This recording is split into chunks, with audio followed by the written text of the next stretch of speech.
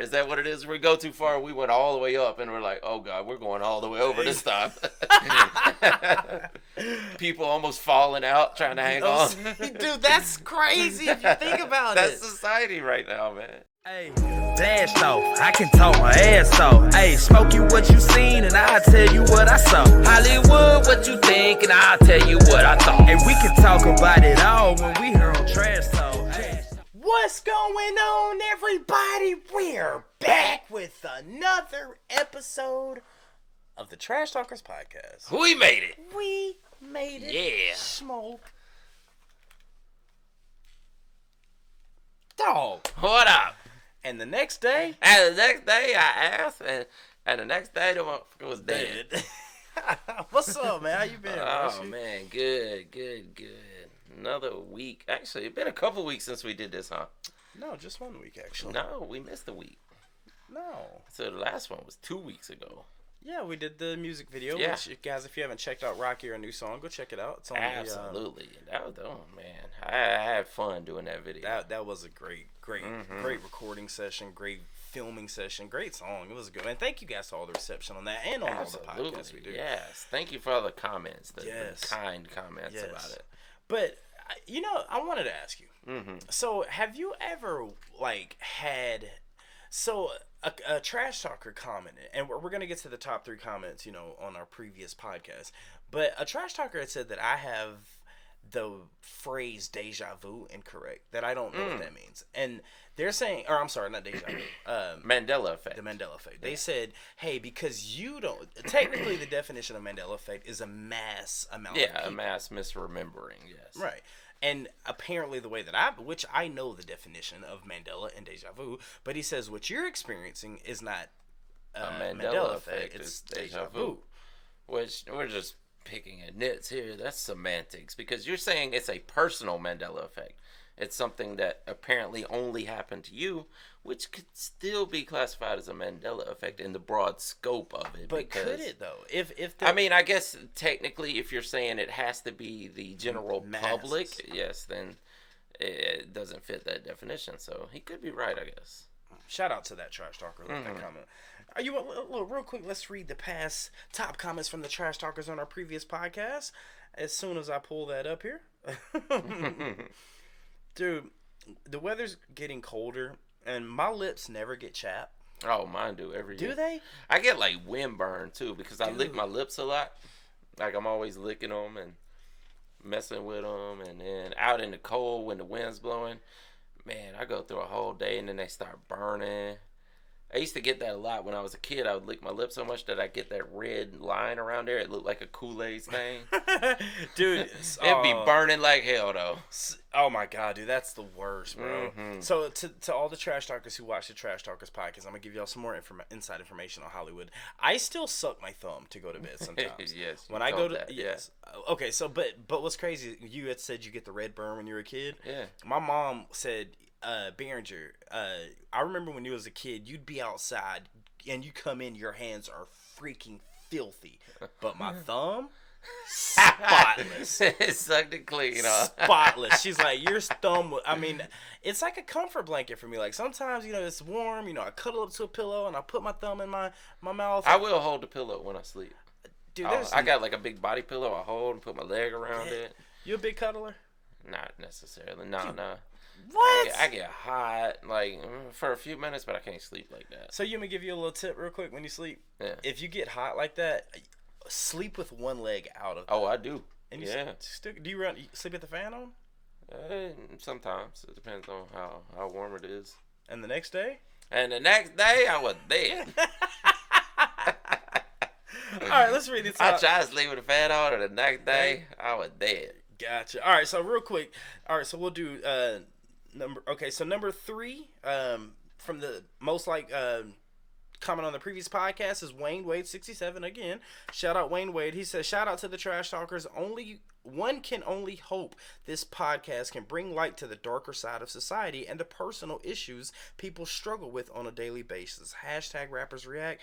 Hashtag trash talkers. Amazing comment. We really appreciate that. Yes, thank you, Wade, very much. Number 2 is, it's so weird how YouTube has it. Number 2 is by Industrialist 201 2015 of UK. He says Adam's Song is by Blink. Adam's Song by Blink is actually a great effing song. The chorus is deep and Travis's drumming is riddling.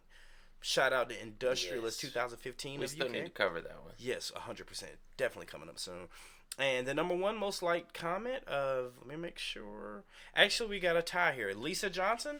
I wonder if Pump Up Kids by Foster the People will be on this list. Yeah, Good question.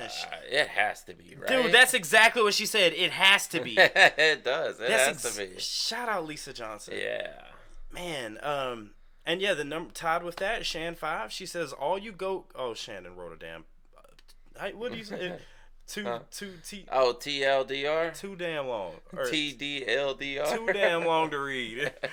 No, it's not too long. But she said, shout out Shan 5. She said, "All you go getters have fun with that. I love being awake at night by myself while y'all are sleeping. The fewer people I gotta deal with, the better. Plus, I work till 10 p.m., so ain't no waking up at 4 a.m. The video for Black Hole Sun isn't necessarily disturbing. It's just trippy and weird." Have you seen that video? No. We talked about it on the last one. I want to see what the big deal is. Dude, that's what... it's in my top 50 favorite songs of all time. Or really? Outside of hip-hop. It's in my top... Yeah. My half-black son... I mean, my... What is wrong That's with what my stepdad sings, dude. My stepdad's coming around like... I mean, my biological father, who's white, he's like, "Here's my half-black son." Oh, man. But no, it's a song that I really, really like. And I want to... What could be so... I mean, because it was on this list as the top 50. Yeah, and they didn't give an accurate description of what it is. It wasn't a detailed description, so... I don't know. We're just going to have to watch it and figure it out because I have no clue. And really, no one, even in the comments, I don't think, has given us a detailed description of what it is. Shan just says it's just, what'd she say? It's trippy. Just trippy, yeah. I don't know. But how is that disturbing? That's why we need to see it, I guess. That's how we start this list because, again, we're on the list and we're going down of the top 50 songs, and I have no clue where we are as far as... Oh, yeah, I lost track. Yeah. We'll know when we get to the end. Yes, we will. But we're on the top 50 songs that people enjoy that have a disturbing backstory. And are you ready for this one, Smokey? I'm ready. It's a song called Cold Ethel by Alice Cooper. Alice Cooper. We did our first Alice Cooper song during Halloween this year. This is how bad my memory is. I cannot That remember. was Feed My Frankenstein. Yes. Yeah. It had Wayne and Garth in it from yes. Wayne's World. Wayne's World. Yeah. Yeah, shout out Wayne Wade. Dude, there's a lot of Waynes incorporated in our life. Dude, you know, I saw this thing, and this is nothing against you, Wayne Wade, but one of the most popular names in prison is actually Wayne. Wayne, really? Yeah. Really? Yeah, I don't know if it's still accurate these days, but that was, I don't know, probably 15 years ago or more. Wow. It was just a study, some kind of survey where they determined the most popular names in prison, and number one was Wayne at that time. I can tell you one that's not one of the most popular names in prison. Behringer. Behringer. Because that's not the most popular name at all. Let me knock on wood. For real, man. If you get there, it'll be one. Yeah, I've never been, and god dang, let me knock on wood again. And the next day... Stop. No, stop. Dang it, dude. Gotta knock on wood again, man. So, do you know this song, Cold Ethel? By No, I don't. Let's hear a description of it. Real quick, speaking of Alice Cooper, you know, he's been on a few of the lists that we've done on this. And honestly, dude, I thought, yes, I know he had the, you know, the black eye paint, but I didn't think he was like... Super scary? No, I thought he was kind of like a... Not necessarily Frank Zappa, but someone who doesn't take... Yeah. I think that's right, though, right? From what I've seen. I haven't explored his music enough to really know, but that's what it seems like, just on the surface. Just seeing him in pop culture and things like that. You would think he's... Like I said, he kind of looked like Fonzie from Happy Days. He damn sure does in a way. Yeah, he does to me. Oh, man. No, I don't know. Like I don't know. I don't think that really affects his personality, but it doesn't seem like he takes himself overly serious. Well, let's see why Cold Ethel was on this list. So it says, "Welcome to my nightmares, Cold Ethel. Among all of Alice Cooper's countless shock rock." That's what I always labeled him as, was shock rock. Yeah. I think that was what he was going for. Yeah. Yeah. So it says, out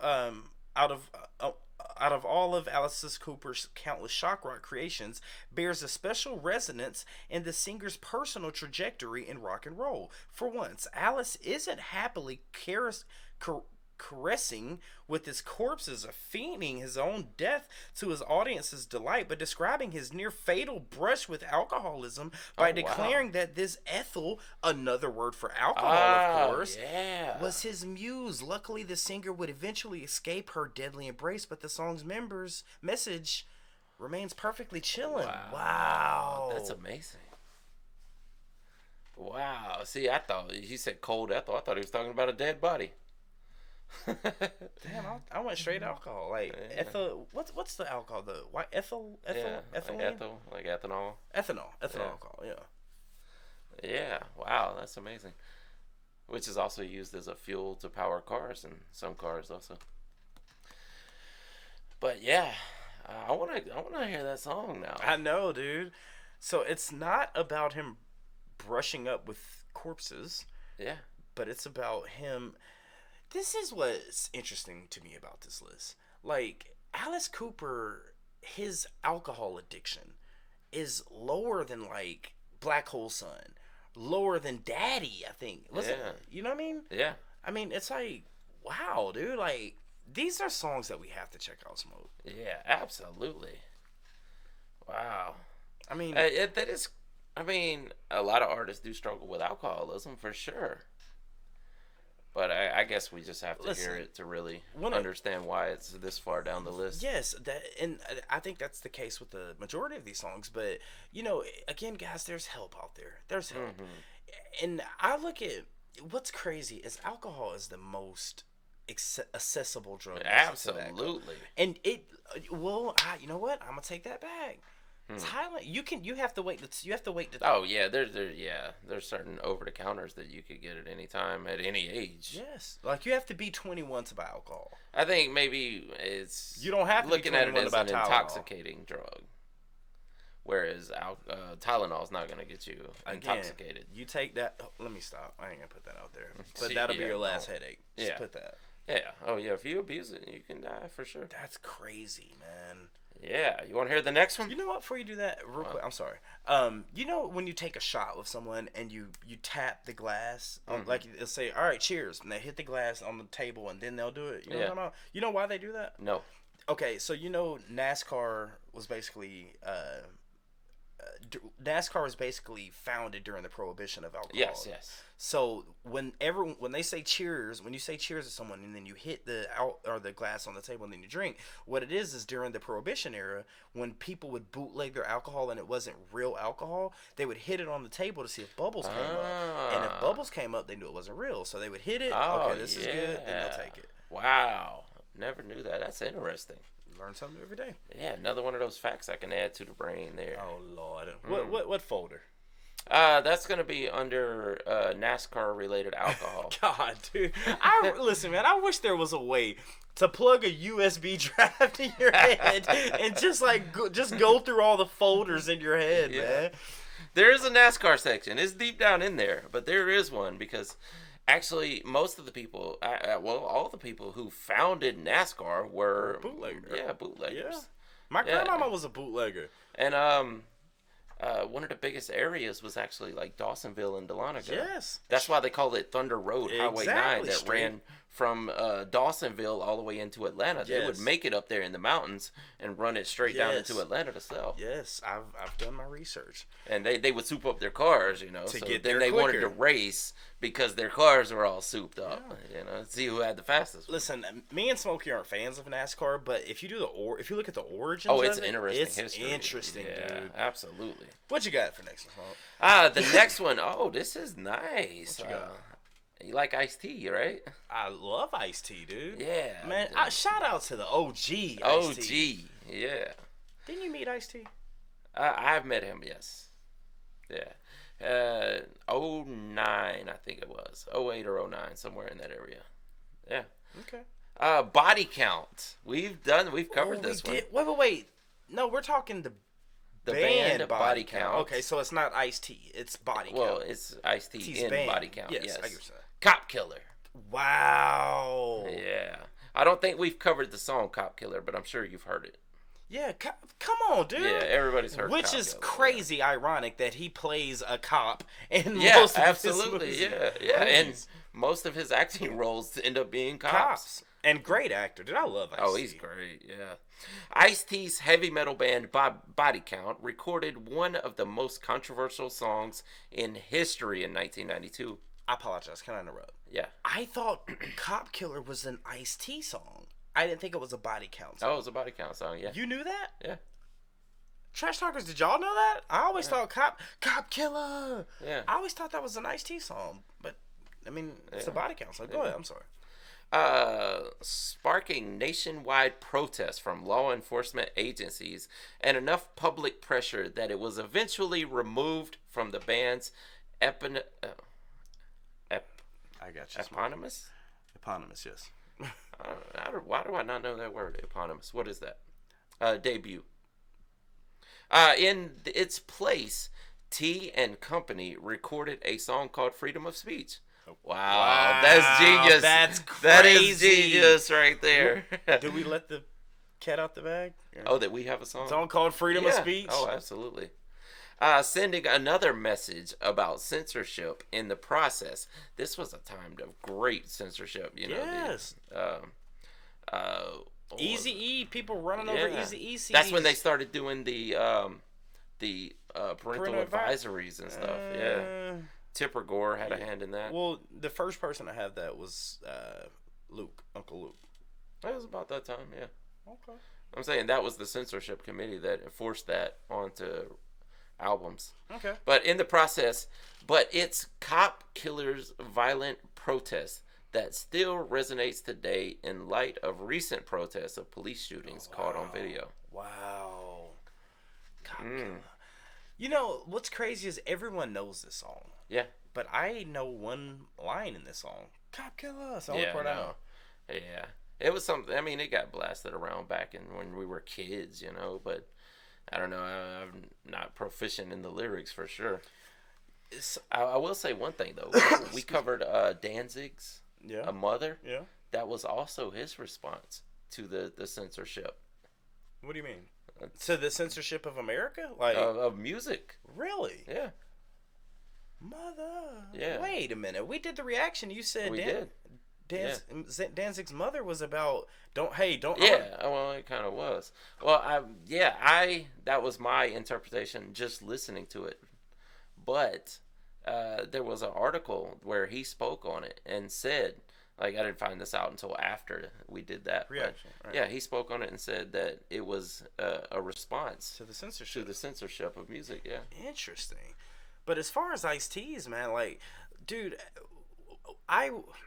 if you guys know, you know, we do interviews here, and I really want to interview Ice-T because I know so much about his, like, background life when it comes to just, like, how he grew up and where he grew up and, like, in L.A., you know, like, if someone come up and says, look, there's he idolized Tookie. Yes. Yeah, the OG Crip. Yes, man. Yeah. Look, that's the thing.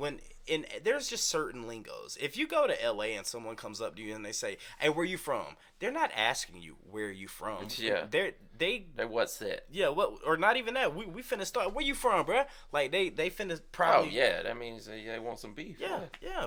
But if that ever happens, you're not from LA. Say you're from like freaking Salt Lake, Utah City, or something like that. I was just on my way. Yeah. Yeah. But as far as Cop Killer being on this list, I can see that. I can see why this one would be on here. Yeah. And it's not even hidden. It's all out right there in the open. The name of the song is what? Cop Killer. Yep. Dude, do you think, you know, like NWA had F the Police? Mm-hmm. And they were censored on performing that, and they actually got locked up, and I think the cops just wanted a picture. Yeah, exactly. Do you think? I think they just did that as a display, you know, show of force. Like, yeah. Do you think Ice-T ever had that situation? Do you think they were like, you cannot perform the song? Oh, I bet. I don't think I've heard exactly those words, but I bet it happened. No doubt. I mean, with a song as controversial and being on this list, you would think it would, you know? Mm-hmm. All right, moving on down the road then. I have no clue who this band is. Okay, I'm trying to think. Have we ever covered this band? It's called Mercyful Fate, Smokey. Mm-hmm. Have you ever heard of a band called Mercyful Fate? Trash Talkers. I know the name. I've heard the name before. Hmm. Did we cover them? I don't know. But the name of the song is called A Dangerous Meeting. Yeah. I want to say we covered Mercyful Fate. Do I need to look and see if we did? I think we should because let me see. The name sounds really familiar. First of all, if someone said merciful fate to you, what does that even mean? Oh, that means you're gonna die, but at least I'll do it in a merciful way. But either way, you gonna get it. You gonna get this. Either way. And the next day, you gonna be dead. Oh, but no. So we really can't speak much on this because it says we haven't done it. Okay. So again, Trash Talkers, this is one of the reasons we enjoy doing this podcast is because we're gonna come across bands that we have no clue who they are. Absolutely. And we kind of leave it in y'all's hands. Yeah, you guys tell us if we should be covering these guys. 100%. Mm-hmm. Quick synopsis on this one. It says Denmark's. Wow. Dude, what is it with Denmark? Dude, that whole area. Sweden, Denmark, Norway. Yeah. And these are beautiful places. What is it with this? What is Maybe that's just the rebellious nature of the youth. That, this place is so clean and serene that we have to rebel against something, right?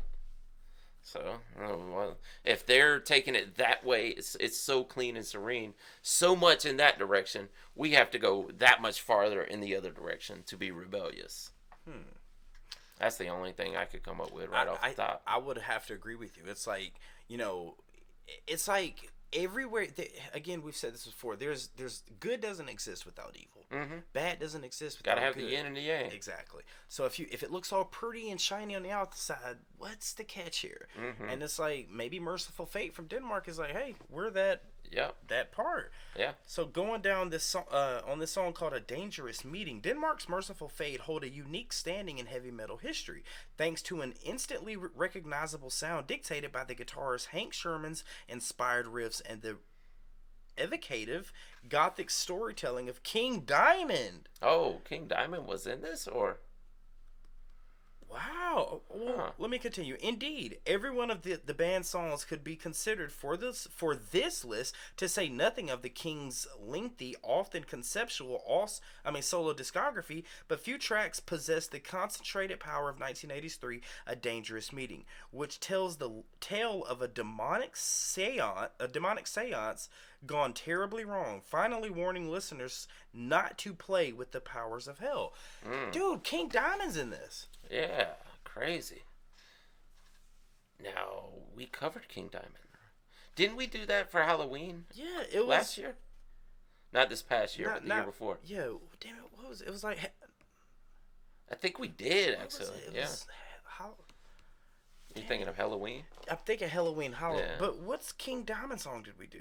But you want me to keep it real? I'm not even gonna look that up. Trash Talkers, y'all can let us know. But I remember reading some things about King Diamond. Dude, I even think we did a live show with King Diamond. Does that ring a bell with you at all?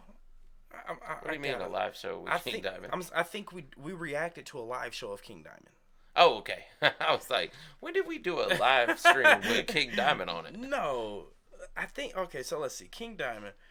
Yes. Okay, so I'm sorry. We did the video for Halloween, like you said, and it was called Halloween. Yeah. And then we did Mercyful Fate's Satan Fall. Okay, so yeah, we did do one.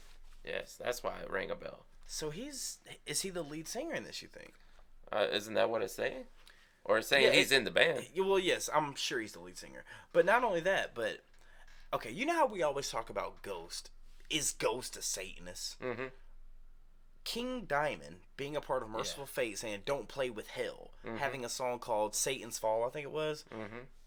Are they a Satan? Are they a Satanist? That's a good question. That's a good question.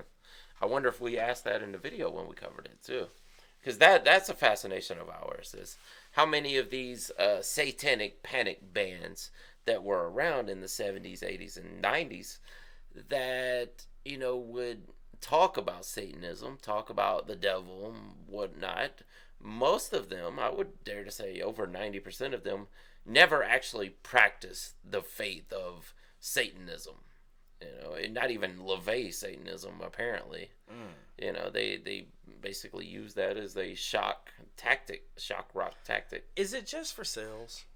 Oh, yeah. I mean, you would think. I mean, you want to say something the most inflammatory to get more listeners.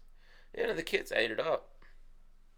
Absolutely. I mean, damn, we might need to add another thing in there. They say sex sells. Satan sells. Satan sells. Yeah. Sex, Satan, and controversy. Yeah, controversy, sex, and Satan sells. Yes, God, that's it. That might be a thing, man. I mean, and as far as King Diamond being a Satanist, it's like, if he is, I don't care. I don't care what religion you are. I don't care. But the quality of music is like, at some point, and we can go back to the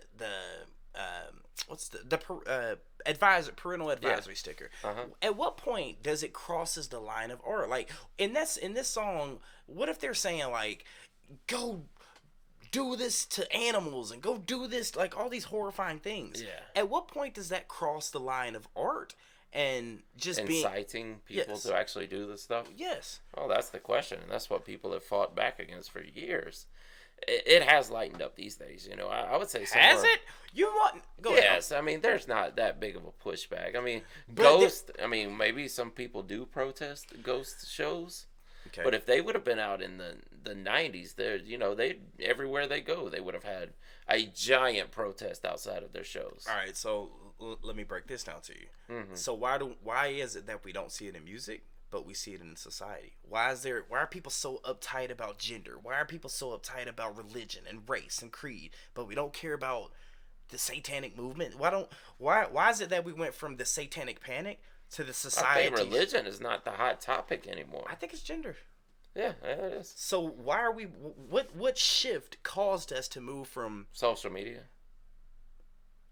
But if you look at it, like if you think about the news, that would have been a form of social media back then. Yeah. So 70s, 80s. Oh, we need to don't let your kids listen to Black Sabbath. Don't let your kids listen to Mercyful Fate. Don't let your kids listen to all these satanic they had groups. Those talk shows telling parents like, this is what your kids are listening to. So, dude, then that would say it's media.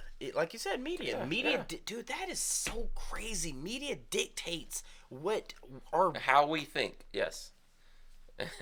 It is. Social media has dialed it in. Social media has made an art form out of adjusting the way you think. It has, and it's all due to algorithms and what gets the most views. And people start. There's different types of people that some of them are only searching out content that they agree with. Some people are searching out content that they disagree with, and it enrages them. It makes them irate. And some people are addicted to finding that content that makes them mad. It's a crazy dynamic if you think about it. Well, take the internet out of it. Now, back then in the 70s and 80s, they didn't have the internet. No, so it was just through TV. Yeah. So it was like the media was telling us, hey, you need to be mad at this. Yeah. Versus now, you just said people look for what they're... Well, think about that. The parents hated that, right? They hated this. But how do we know that? That was the satanic panic. Look, shout out to all the trash talkers. You know how many parents that parents that were at the time jamming? Like, they were... yeah, now, that's just it. I think Generation X changed it. Because those were the kids that were listening to the music. What are we? We're millennials. Okay, sorry, go ahead. Yeah. But those were the kids that were listening to the music, the forbidden music, the music that the parents didn't want. Those were the Depression era, the silent generation, even the baby boomers. They were against the music of the satanic panic. But the kids were eating it up. So now that they've become adults, they are more accepting to that form of music, right? Okay, so now would you say that in this generation with social media, do you think the parents are like, you know what, you might be right. The parents are like, bruh, go outside and get dirty. Go cut your freaking leg. Go jump off of a tree. Climb a tree. Go break a damn window.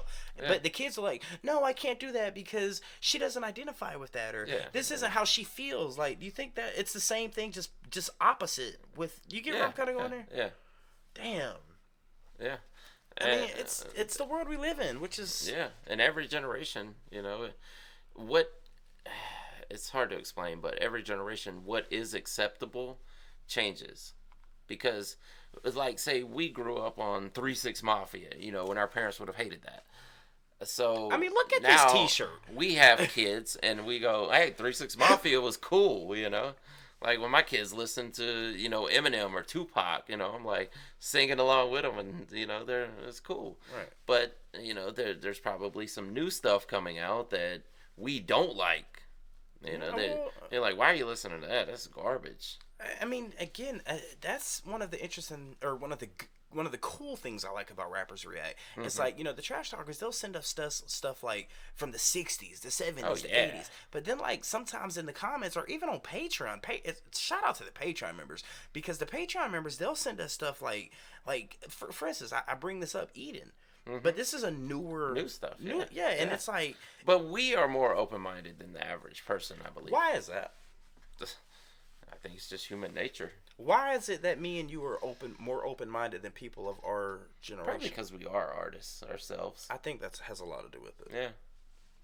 Yeah. I mean, we actually help open people's minds, believe it or not, in many cases. I mean, look, when we put out a video, people are like, "I'm not a rap fan, but I kind of like this." Good point. But without us being the mediator there, they would have never gave that a shot. Good point, man. I mean, and they're doing that for us also. Like, we never gave heavy metal a shot, And this is love. It's love being reciprocated here. Y'all show us love, we're gonna show y'all love, and we're just gonna love each other, man. Absolutely. Man, dude, we could have went on that for a minute there, dude. It's fun stuff. What else? Oh my God, really? What? The next one in line is Danzig, Mother. No. Are you serious? Absolutely. That's crazy.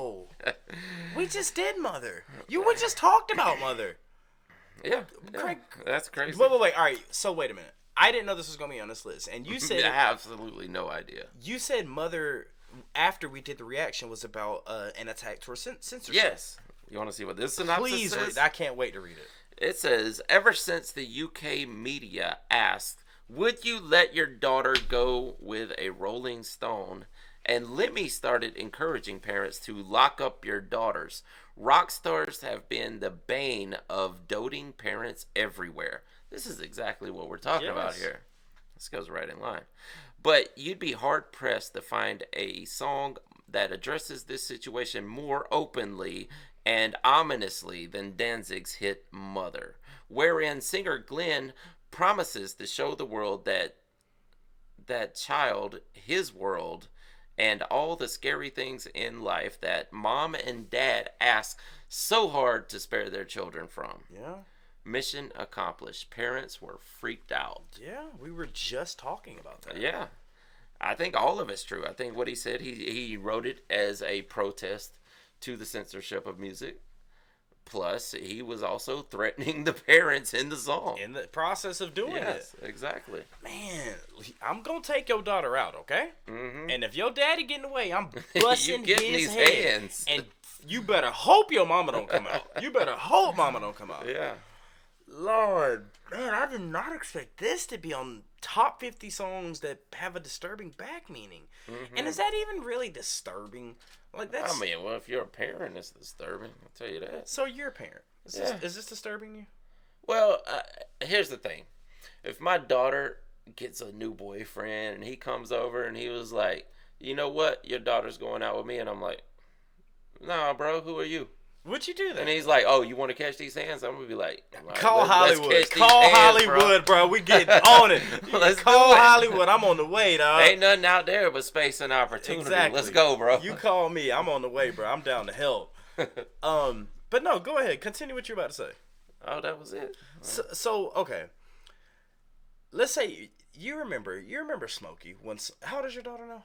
18. Okay, you remember 18-year-old Smokey? Yes, I do. Wild sumbitch. Yeah, I wouldn't let my daughter go out with me at 18. Isn't that interesting? Actually, you know what? I'm actually a little more open than that because I'm not gonna tell my kids you can't. Because when you are an adult, I can't tell you can't choose a certain person. Is 18 adult though? I can. Well, I mean, you can't. A lot of people don't say you really don't come into your own until 30. 30, right? Yeah. Well, technically, I think I can offer guidance, but when a kid is an adult, what can you do? Okay, so let's bring this back. Your daughter brings Smokey. Oh, God. At 18, exactly. But fighting, hold on. So hold on. We fighting.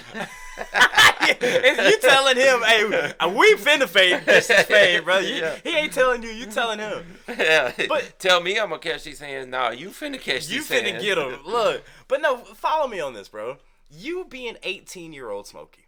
I didn't know 18-year-old Smokey, but I knew Smokey a few years after that. Now, so does that mean you look back on who you were at 18 and you don't like who you were at 18 because you won't let your daughter date who you were at 18? Well, like I said, I'm not going to stop it. And really, I think, I had a good heart, even though I did some crazy things, and I figured my way out of the things I used to get into. It took you 32 years to figure your way out. But, I mean, what can you do? I mean, you can't just tell a child, like, who is an adult by legally, no, you can't do that. Like, they're just gonna do it anyway. Technically, you're right. That's what we did as kids. Yeah, and not only that, when people tell you can't do that, I'm like, we finna do it. Watch exactly. Me. And you know what? I know your daughter when she was younger. I don't know her much now, but I think she would obey your orders if you're like, look. Oh, I like to think so. Yeah. To me, that is fascinating. Coming from someone who doesn't have children, it's like, how can I tell? That means it's something about me. It's like if my daughter dated Hollywood at 18, oh, absolutely. I think, everybody looks back at their childhood and go, wow, I was. But so then, does that mean we have to let the children make the mistake to see where, like? I think there's a line. I mean, I think you have to give them the leash. You don't want to just tell them, go out with a druggie, or a junkie, or. You're saying a lot about yourself at 18 right now. So I know. That's the moral dilemma there. Go ahead. Yeah. So you were a druggie, a junkie, and a robber at 18? I wasn't much of a robber, but I've always hated thieves and stuff. But we'll tell that story one day. Yeah. Yeah, but I don't know. I just find that interesting that you have to look back at yourself to let your offspring not. Yeah. You know what I mean? But isn't that what you really want to do morally, though? You want to look and say, I made all these mistakes. So you don't have to. So understand these mistakes can be made. You don't need to go down that path, right? And most of the time, they end up going down that path. That's the thing. Anyway. It goes back to you saying, if you tell me not to do it, I'm going to do it. Yeah. I don't know, dude. Yeah, times are tough, man. See, I'd like to talk to my mama, man. I'd be like, Mama, my mama didn't really mess with my biological father that much, but I don't know. That's an interesting topic. Man. Young people do dumb things, man. The youth is wasted on the young. However, the youth is the future. Yeah, absolutely. Dude, our future is by the youth. Just think, when we're 70, 80 years old, these kids today are going to be running this freaking world. What's that world going to look like? It's going to be crazy. Oh, Lord. But then again, like I always say, the pendulum can only swing so far in one direction. Motherfucker need to hurry up and swing his before ass. It goes back the other direction. It need to hurry up and swing back this damn way. Every period in history that was ultra-censored, a time of ultra-censorship, also was followed up by this time of freedom and change. Awakening. Yeah. Enlightenment, some would say. Like you say, that pendulum swinging that way, it needs to hurry up and swing his ass eventually goes back. It better hurry up, damn it. Now, there is a thing where it seems like every time it swings just a little farther. Oh, I feel like then that it'll go a little farther. I know, right now it feels like that thing's doing loops. It went from doing this to just it went straight up and got stuck. It's just sticking. No, it's that fair ride with the pirate shit. Exactly. Once it goes so far, it almost gets stuck up there. And it takes longer to come down each time. Yeah. Maybe we're going on a loop. Like, y'all ain't seeing what's up top. Did we go too far? Is that what it is? We go too far. We went all the way up, and we're like, oh God, we're going all the way over this time. People almost falling out trying to hang on. Dude, that's crazy if you think about it. That's society right now, man. Wow. Everybody's hanging on, trying not to fall out. Oh no! Yeah. Oh man! All right, last one on this list for today until next Tuesday is Sublime. Yeah. I can't even say this. Date R word. Oh. Yeah, we can't say that on YouTube. Okay, wait a minute. We're talking Sublime here. I like Sublime. Yeah. Loving is what I got. I said, remember that. And then the song about the liquor store. Oh, yeah. Like, there was a riot on the streets. Tell me, where were you? Yes. And, dude, this is a band that and their logo is a freaking mushroom. Whenever I hear the word Sublime, I think, first of all, the word Sublime is heaven. It's euphoria. It's beautiful. It's calm. It's peaceful. That's what the word Sublime means. Sublimation is also something passing through a semi-permeable membrane. Lord have mercy. Just let me have it for one. All right, go ahead. Yes. You got the floor. You know what I mean when I say, oh, man, I'm feeling Sublime. Yeah. But, yes, and then their logo being a mushroom and then having, loving and having when I hear Sublime, not just the word but the band, I think happiness. I think caring for your fellow man, loving people around you, sharing passion, doing these things with people that you care and love about. You know what I mean? So for them to have a song, which I had no clue they have a song called Date R Word. Yeah.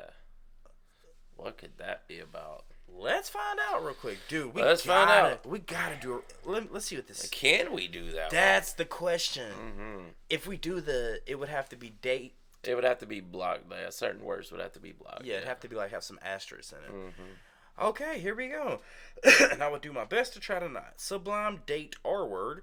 The concept of Date R Word was relatively new to society at large when ska punkers Sublime decided to tackle it head on with the song from their 1992 album. Putting themselves in the attacker's shoes allowed Sublime to mock his ignorant and boorish behavior, likely educating many listeners about the do's and don'ts of casual encounters. And the song's outcome illustrated exactly what the guilty party deserved by concluding, they locked him up and threw away the key. Well, I can't take pity on men of his kind, even though he now takes it in the behind. Ouch. Wow. I'm just going to read these bars. Dude, that's brilliant, though. That's a brilliant way to get across the dangers.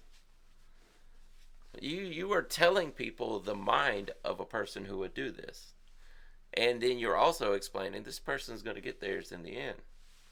Like, it seems nefarious on the cover when you see that word. You think, oh, is this guy glorifying it?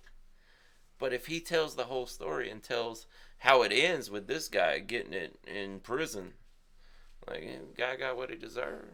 Like, that is interesting. And it apparently could educate people along the way as what to look up for. It's crazy that we can also tie that into the pendulum. Like the pendulum swinging this way. Oh, you're doing all these terrible things, but guess what? Eventually. Oh, it's eventually going back that way. Literally back that way. Yeah, and you gonna get it, bro. Is the pendulum? Is there a word for that? Like the way society moves and it be calling is there a word like if the pendulum shifting for society? Is there a word for that? Societal shifts. Okay. Could we not? Changing of the zeitgeist. So taking Sublime and the bars that we just read off of this, right? Can you not say that's karma? That's karma. Yeah. You're getting. Yeah. Look, bro. I know some people don't believe in karma, and I'm not. Paradigm shift might be what you were looking for. Paradigm shift. There you go. But I'm not a big religious person. I'm not a big, spiritual person. But for some, maybe it's just the Southern in me. But I really believe karma is a thing, dude. Like whatever you put out, you're gonna get it back, dude. Like absolutely. Yeah. I've again to the trash talkers. I've done some effed up stuff. I've got my teeth chipped because of me doing effed up stuff, and I take that as because I did effed up things are gonna happen to me. Me and Smokey have been through some quarrels because I did some effed up things, and effed up things happened to me. And Slipknot's Date R Word, Slipknot, and Sublime's Date R Word song, that dude did some effed up things, and it comes back to him. It's like, how can you not say that's not karma? Like, can you absolutely. Can you make try to make an argument as to why it's not karma? Because some people say karma doesn't exist. So, well, it's one of those things that really can't be explained, but there's a lot of evidence in society. I mean, I know a lot of people say, well, what about so-and-so? He never got his, Like people that die before they actually suffer. Well, maybe him dying was the karma. Maybe. I mean, we don't know what an afterlife is either. Exactly. I was waiting on you to say that. Go ahead. Yeah, Newton's law says that every action has an equal and opposite reaction. Yeah.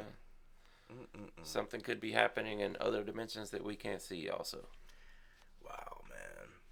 I don't know. And again, it's kind of contradictory for me to say I'm not a spiritual religious person, but I do believe in karma because I can't prove that karma exists. I can't prove it. No one can. I mean, but there's evidence. I mean, some people can say anecdotal evidence, but I mean, think about it. People can. It's almost like that Johnny Cash song. You can run on for a long time, but sooner or later, gonna cut you down. Mm-hmm. Think about like Bill Cosby. Stop. Yeah. Stop. I mean, I'm just saying. Well, people get it eventually. Wow. Get it in the end, right? Look at R. Kelly. There you go. Look at Jeffrey Epstein. Mm-hmm. And sometimes, and like I said, people like to say, well, so-and-so did this and that, and they got death. I mean, they died before they had to pay for their crimes, but sometimes death might be the payment. Man, let's make this look. Smokey, look, it's time for some OMG, or no more OMG, and it's time for some WTF and... Yes, and whatever other place I can dig a headline up from. You got to come up with some sort of... So, tell them what's going on here right now, Smokey. All right, so what I do is I give you two headlines. You're going to tell me which one came from Florida, and this week it'll be which one came from Canada. Oh, wow. So wait. All right. So WTF again? WTF. It's not what the Florida. Yes. So Canada. Let's see. Can we come up with one with Canada? YDC. Dumb. Well, I don't want to degrade the Canadians there. Shout out to all our Canadians. Uncle Mark, shout out to you. Yeah. Go ahead. I don't care. IDC maybe. IDC. Yeah. That's it. Run it. All right.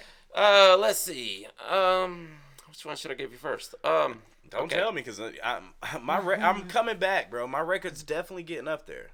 Man flew 1,400 miles in the wrong direction after boarding the wrong flight to the Arctic. Is that even possible? Apparently it is. We're talking Antarctica? Probably the Arctic. Oh, well, see, then that already makes sense, then. That's Canada, 100%. Well, the other one is a man misspelled school in the crosswalk for a school. I'm done. Show's over.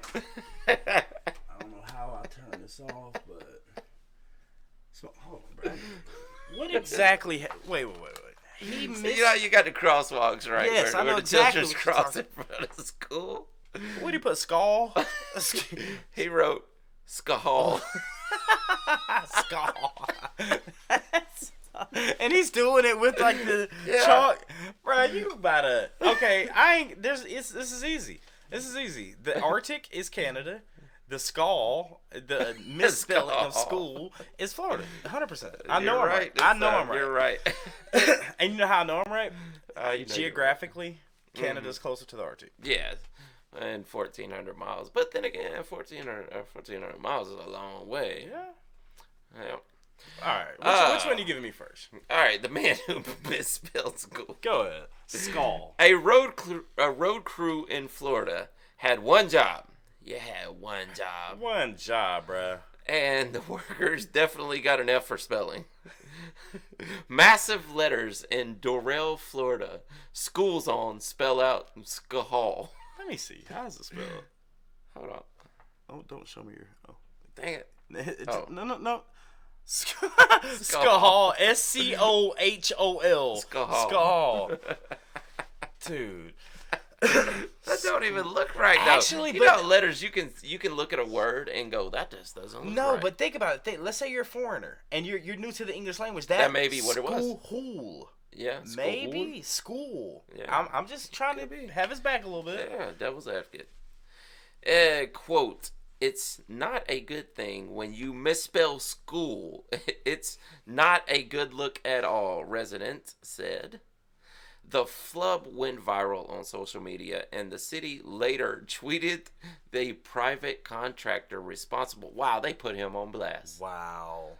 The city put the man on city. blast for doing it. That's a little effed up. It's unknown how long the mistake was on the road until motorists pointed it out. That's a little effed up. We're human. We all make mistakes. Exactly. And yes, this mistake might be a little more bigger than others. However, this person could have, a learning curve. He could have dyslexia. Yeah, he could have been you. Exactly. You could listen. Smokey could have easily have done this. Is this yours? Were you in Florida? No. I don't know that I would. I would have looked back and said, something don't seem right Dude, here. I wouldn't put it past you, bro. I'm telling you, I wouldn't. That is crazy.